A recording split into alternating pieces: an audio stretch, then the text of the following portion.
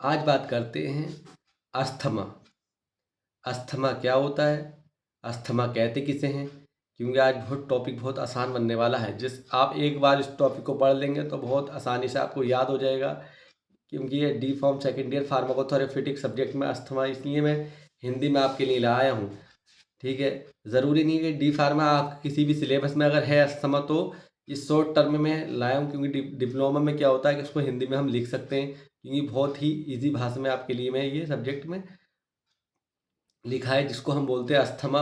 Asthma का मतलब होता है अस्थमा एक क्रोनिक रिस्पायरेटरी डिसीज़ है।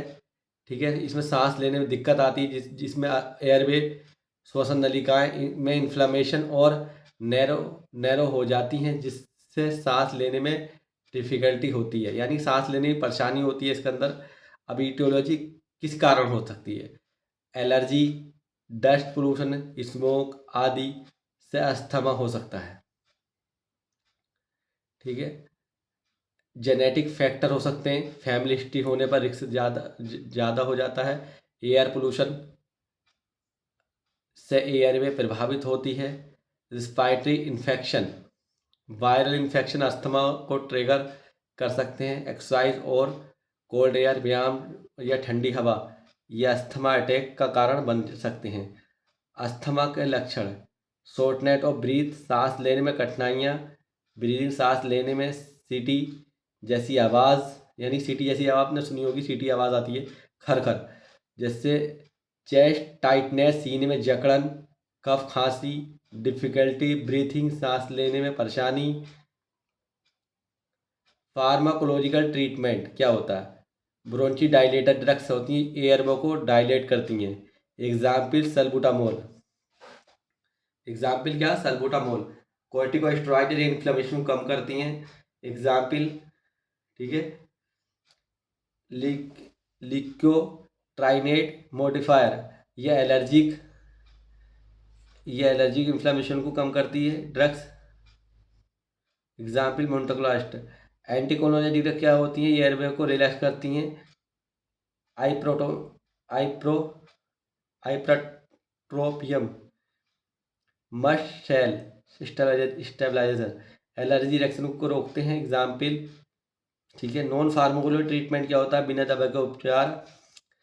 डस्ट और स्मोक से बचना, धूल और धुआं से दूर रहना, है ना। एलर्जी से बचाव करना, एलर्जी पैदा होने वाली चीज़ों से बचना, रेगुलर ब्रीथिंग एक्सरसाइज करना, हेल्दी इन्वायरमेंट मेंटेन करना, ये सब क्या है? धूम्रपान से बचना, ये सब क्या? हमारे अस्थमा। भाई अस्थमा में क्या होता है? अस्थमा का मतलब होता है कि सांस लेने में उसको दिक्कत होती है। अब सांस लेने की दिक्कत है तो हमें ये चीज़ से बचना पड़ेगा ना। जो स्मोकिंग हम करते हैं ना, सिगरेट पीना, हुक्का पीना, ये सब हमें बंद करना पड़ेगा। अब क्रोनिक क्या होती है? ये सीओपीडी क्या चीज़ होती है? ये होती है क्रोनिक, यानी पुरानी बीमारी होती है। लिखा है सीओपीडी, सीओपीडी लिखा, chronic obstructive pulmonary disease. COPD का मतलब होता है एक क्रोनिक डिसीज, फेफड़ों की बीमारी है जिसमें एयर फ्लो ऑब्स्ट्रक्टिव, वायु प्रवाह में रुकावट, यानी वायु मतलब सांस लेने में दिक्कत होती है, जिससे सांस लेने वाली कठिनाइयाँ हो जाती हैं। इससे मुख्य रूप से क्रोनिक ब्रोंकिट और एम्फेलिसिया शामिल होते हैं। ईटियोलॉजी क्या है? स्मोकिंग, धूम्रपान सीओपीडी से सबसे बड़ा कारण होता है। जैसे एयर पोल्यूशन, एयर पोल्यूशन मतलब एयर में डस्ट आना, जानते हो, जैसे धुआं, धूल, धुआं और केमिकल से लंग को नुकसान पहुंचता है। ऑक्यूपाइजेशन एक्सप्लोर क्या होता है इसमें? इसमें रसायन का संपर्क फैक्ट्री या इंडस्ट्री से काम करने वालों में रिस्क ज़्यादा होता है। जेनेटिक फैक्टर भी हो सकते हैं। जेनेटिक फैक्टर, जेनेटिक फैक्टर का मतलब कुछ लोगों में जेनेटिक कारण भी होते हैं, जैसे रिस्पायरेटरी इन्फेक्शन, श्वसन संक्रमण, बार बार इन्फेक्शन होने से लंग डैमेज हो सकते हैं। सिम्टम्स, लक्षण क्या होते हैं इसके? शॉर्टनेस और ब्रीथ, सांस फूलना, क्रोनिक कफ, लगातार खांसी, सेप्टम प्रोडक्शन, बलगम बनाना, ब्रीदिंग, सांस लेने में समय, सीटी जैसी आवाज़, चेस्ट टाइटनेस, सीने में जकड़न, फैटिग्यू, थकान। अब फार्माकोलॉजी ट्रीटमेंट का मतलब क्या हो सकता है हमारे पास?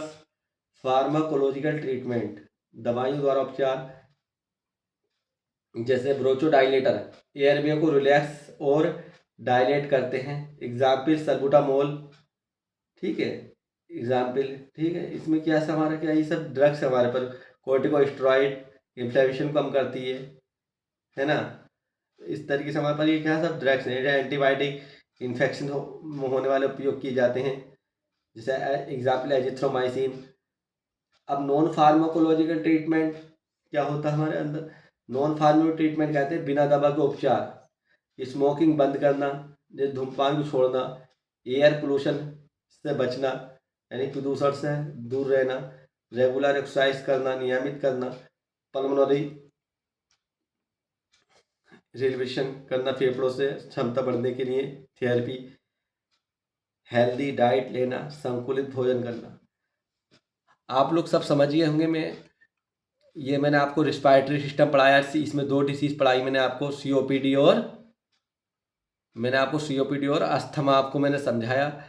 अगर आप मेरे चैनल पर नए हो तो पहले चैनल को सब्सक्राइब कर दीजिए, जिससे मैं आपको पूरा डी फार्म का सिलेबस आपको पूरा प्रोवाइड कर सकूं। बहुत ही इजी भाषा में, हिंदी में आप एक बार पढ़ लेंगे तो आपका आसानी से याद हो जाएगा। आपको फिर ज़्यादा पढ़ने समझने की ज़रूरत नहीं पड़ेगी, क्योंकि जितना मैंने मेंशन किया है बहुत सफिशिएंट मेंशन किया है मैंने।